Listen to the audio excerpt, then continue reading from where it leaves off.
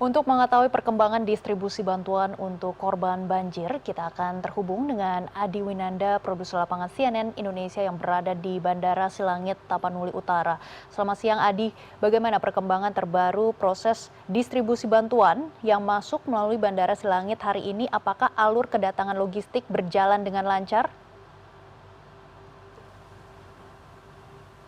Ya, selamat siang Maggie. Betul sekali bahwa hari ini bantuan logistik ini kembali disalurkan melalui udara di beberapa titik, khususnya di kawasan Sumatera Utara ini melalui posko Bandara Silangit ini. Nah, untuk mengetahui seperti apa teknisnya dan juga jalannya distribusi logistik pada hari ini, saya akan mengajak Anda, Maggie, untuk langsung berbincang dengan Kolonel Infantri Asrul Harahap yang merupakan Kapendam 1. Selamat siang, Pak Asrul. Pak Asrul, ini kan tadi saya melihat ada beberapa helikopter yang kemudian baru kembali begitu ya, usai mengirimkan bantuan. Ini kalau boleh dijelaskan Pak, dalam sehari berapa kali dropping bantuan melalui udara ini Pak? Baik, selamat siang Mas Adi ya. Saya Kolonel Asrul Harahap, Kapendam 1 Bukit Barisan. Sejak tanggal 29 kita menerima bantuan 2 helibel, 1 M17 untuk bantuan ke daerah-daerah terisolir perbatasan Tapanuli Utara dengan Tapteng, khususnya Tarutung ke Sibolga. Bisa 2 sorti setiap unit heli sampai dengan 3, tergantung dengan cuaca dan medan yang akan kita lalui untuk dropping logistik ke wilayah terisolir, Pak.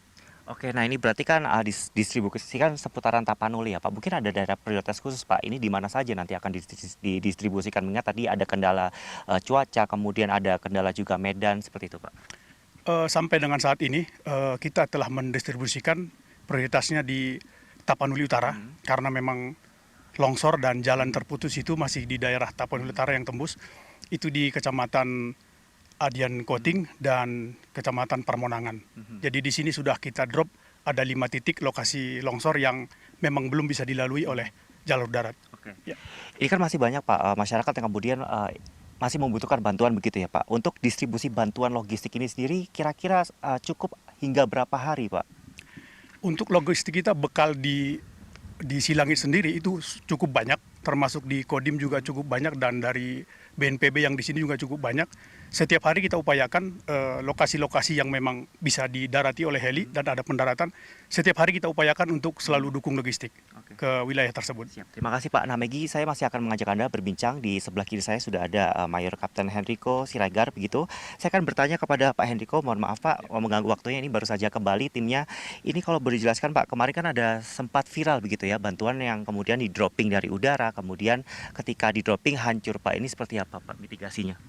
Baik, terima kasih Mas Adi. Mungkin dalam event ini ada kesempatan kami dari LO Penerbat mewakili pada rekan-rekan kami kru yang bertugas di Silangit area untuk mengcover Sibolga maupun Tapanuli Utara. Di sini kami menyampaikan bahwa kemarin pelaksanaan penerbangan memang pada saat itu kita mendukung dengan Helibel 412 dengan kru kami Mayor Jependiki, dan manifestnya adalah Bapak Bupati Tapanuli Utara, begitu juga dengan ADC-nya, dengan memuat lot sekitar 400 kilo, sekitar jam 2 siang. Sehingga penerbangan itu dilaksanakan menuju desa Hajoran Permonangan. Memang kita tak ketahui kendala daripada rekan-rekan yang melaksanakan penerbangan di sini, di mana kendala dari cuaca, begitu juga dengan medan, begitu juga dengan akses yang terputus, sehingga kita tidak bisa komunikasi kepada daerah atau desa yang kita tuju. Karena akses jalan terputus, komunikasi terputus, sehingga kita menuju ke spot melaksanakan mapping. Sebelum kita melaksanakan penerbangan ke tersebut, kita menggunakan Google Earth untuk menuju spot tersebut. Di saat kita melaksanakan penerbangan, spot yang dituju akan dilaksanakan high recon dan juga low recon. Nah, saat kejadian kemarin, di saat Kapten Pilot sudah hover, tinggian kurang lebih 10 meter, ternyata melihat ada kabel melintang di antara 2 bangunan rumah. Dan memang di belakang itu ada juga high tension dari obstacle berupa pohonan. Sehingga pilot memutuskan untuk tidak landing dan menurunkan logistik. Percobaan pertama bagus, namun dilanjutkan berikutnya yang dilaksanakan oleh Bapak Bupati mengalami ada kerusakan seperti yang viral di media. Oke. Oleh karena itu, pilot memutuskan untuk mencari tempat penelitian yang lain. Dan puji syukur ada tempat pendaratan landing sehingga dalam spot yang ditemukan tersebut bisa landing dan menurunkan barang logistik yang disalurkan untuk masyarakat. Itu mungkin dari penjelasan kami sehingga di media hanya melihat sisi negatifnya, namun kita yang di lapangan menyampaikan apa adanya. Demikian dari kami. Oke. Nah ini kan ke depan Pak, tentu kita tidak ingin terjadi kembali lagi ya begitu ya, ketika melakukan dropping, bantuan kemudian hancur, ini mungkin bisa dijelaskan Pak nanti mitigasi ke depan seperti apa, apakah kemudian nanti akan ketinggian yang dikurangi atau seperti apa Pak? Baik, untuk mengantisipasi ini kami kemarin dengan kejadian tersebut, kami langsung evaluasi kepada rekan-rekan kami, kru. Hal yang pertama kami sampaikan kepada rekan untuk pemakingan daripada barang supaya dijadikan satu seperti mie, beras, sehingga saat di dropping dia utuh dalam satu karung, sehingga pada warga bisa ngambil di bawah masih utuh dalam karung tersebut, tidak terpecah terurai baik dari Indomie maupun beras. Yang kedua, kami tekankan kembali kita usahakan tempat pendaratan yang bisa dilandingi, sehingga menghindari hal yang sudah terjadi negatif di dunia maya atau sosial media. Dengan adanya pendaratan itu tersebut, kita akan melaksanakan penerbangan yang lebih nyaman. Oke. Walaupun memang tidak ada pendaratan, kita kasih 1-3 meter hover untuk menurunkan barang, sehingga kita menghindari hover yang tinggi atau airdrop. Mungkin dari kami.